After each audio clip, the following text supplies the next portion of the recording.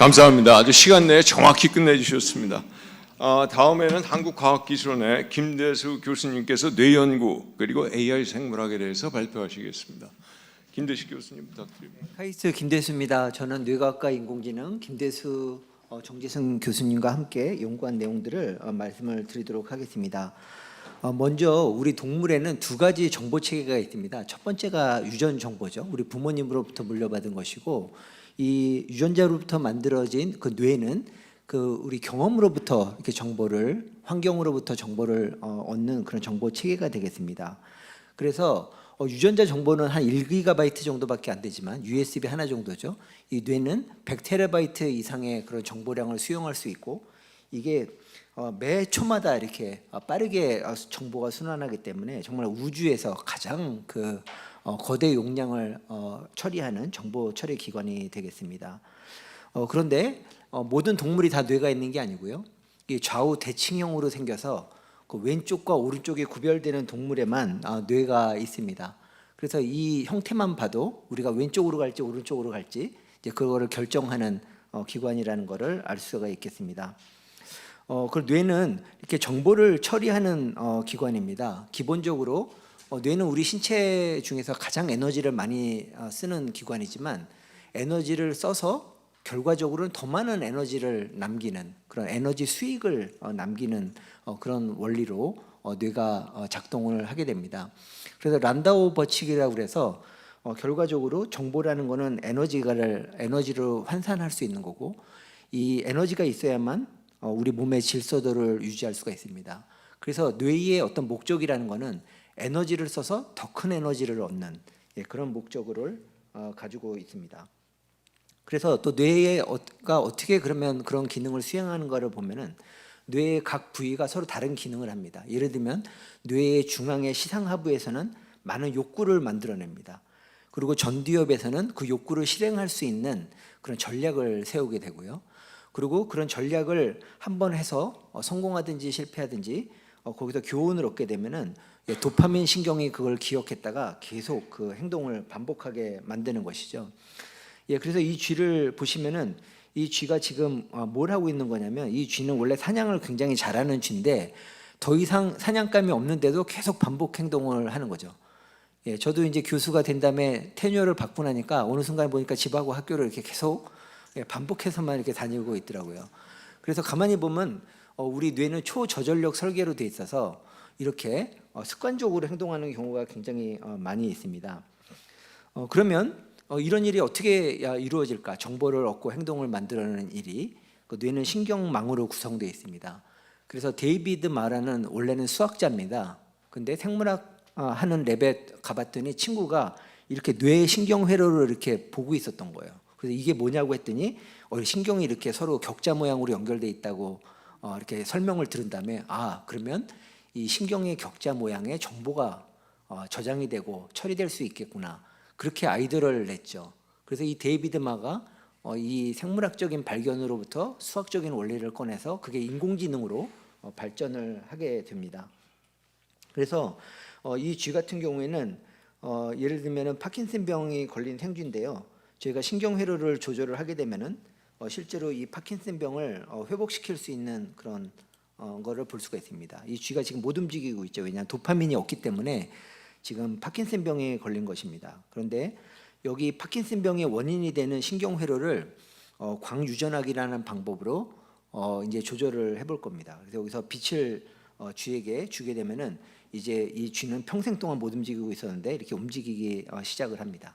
그래서 우리가 겪는 그 뇌질환은 신경회로 질환이라고 해도 과언이 아닙니다. 그래서 뇌에서 잘못된 그런 정보 처리를 교정해주는 이런 것들이 신경과학의 중요한 목적이 되겠습니다. 그러면 이 신경과학으로부터 파생돼서 나온 기술이죠. 그럼 인공지능이 무엇이고 그 인공지능이 어떤 의미를 가지고 있는지를 제가 설명을 드리겠습니다. 기본적으로 우리가 얻는 이 생명과학의 지식은 복잡계입니다.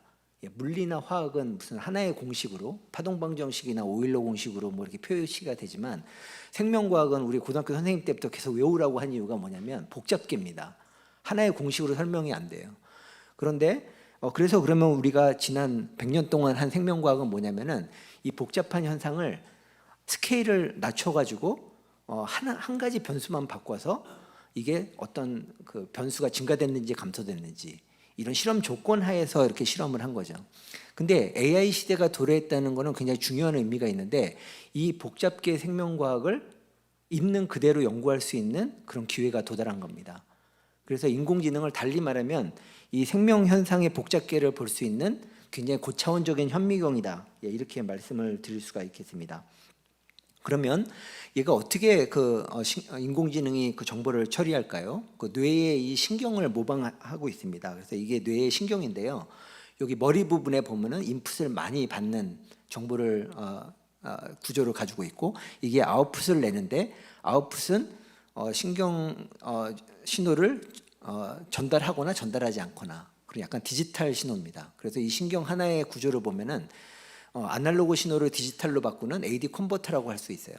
예, 인공지능 모듈도 똑같습니다. 인공지능도 수학적으로 여러 가지 변수를 가중치를 받아서 결과적으로 이 아웃풋을 낼 것인가 말 것인가 하는 것입니다. 그리고 이 하나의 인공신경을 여러 개 연결한 거를 인공신경망이라고 합니다. 근데 이 인공신경망이 어떻게 작동을 하냐면은 여러 가지 변수를 동시에 입력할 수가 있어요. 벌써 입력 창구가 많으니까 여러 가지 정보를 넣을 수 있죠. 예를 들어서 그 남녀가 결혼을 할 때 여러 가지 변수를 보잖아요.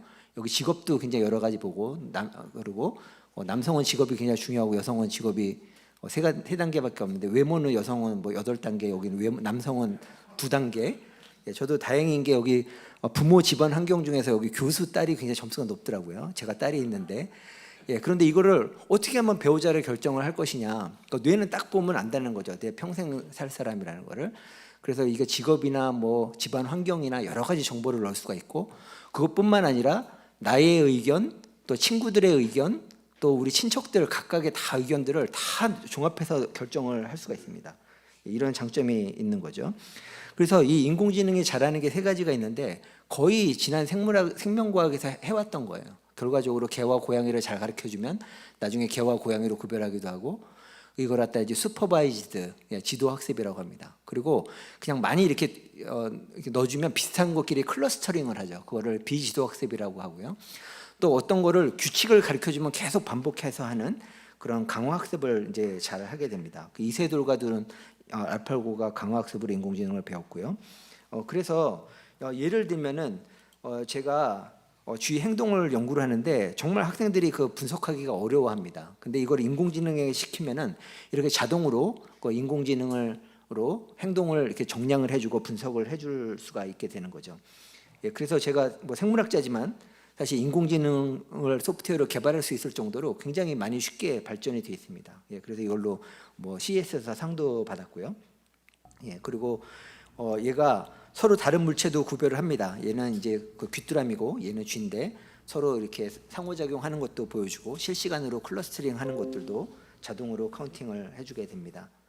예, 그래서 그러면 또 인공지능이 어떻게 이 바이오에 큰 역할을 하고 있냐면 최근에는 신약 개발에 굉장히 큰 역할을 하고 있습니다. 그래서 기존의 신약 개발에 비해서 시간을 30% 이상 줄이는, 그리고 앞으로는 더 빠르게 줄이는 거죠. 그래서 신약 개발은 시간이 오래 걸린다고 생각했는데 왜냐하면 시행착오를 많이 해야 되는데 그 인공지능은 그런 시행착오한 빅데이터를 분석하는 데 최적화되어 있습니다. 그래서 약물 후보군도 스크리닝을 해주고 구조도 최적화해주고 동물 시험도 분석도 최적화해주고 독성의 결과도 예측을 할 수 있게 해주는 거죠. 그래서 로제타 폴드라는 프로그램은 그 유전자 시퀀스만 넣으면은 3차원 단백질의 구조를 알려주고 거기에 맞는 그 화학 물질도 찾아줍니다. 예, 그래서 이런 걸 활용하게 되면은 거의 10년의 연구가 거의 뭐 1시간 이내에 해결되는 그런 것들이 있고요. 그리고 또 전임상이나 임상 데이터 분석에도 또 활용을 할 수가 있겠습니다.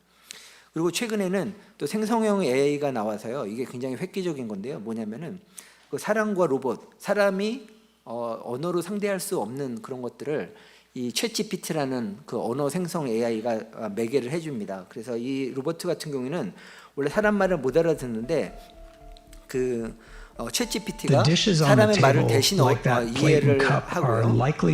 이 로봇한테 기계어로 시켜줍니다. 예, 그래서 너 이걸 뭐 해야 될 것 같니? 그러면 이거를 설거지를 해야 될 것 같아. 그러면 딱 설거지도 하고 이렇게 말리고 뭐 그런 모습입니다.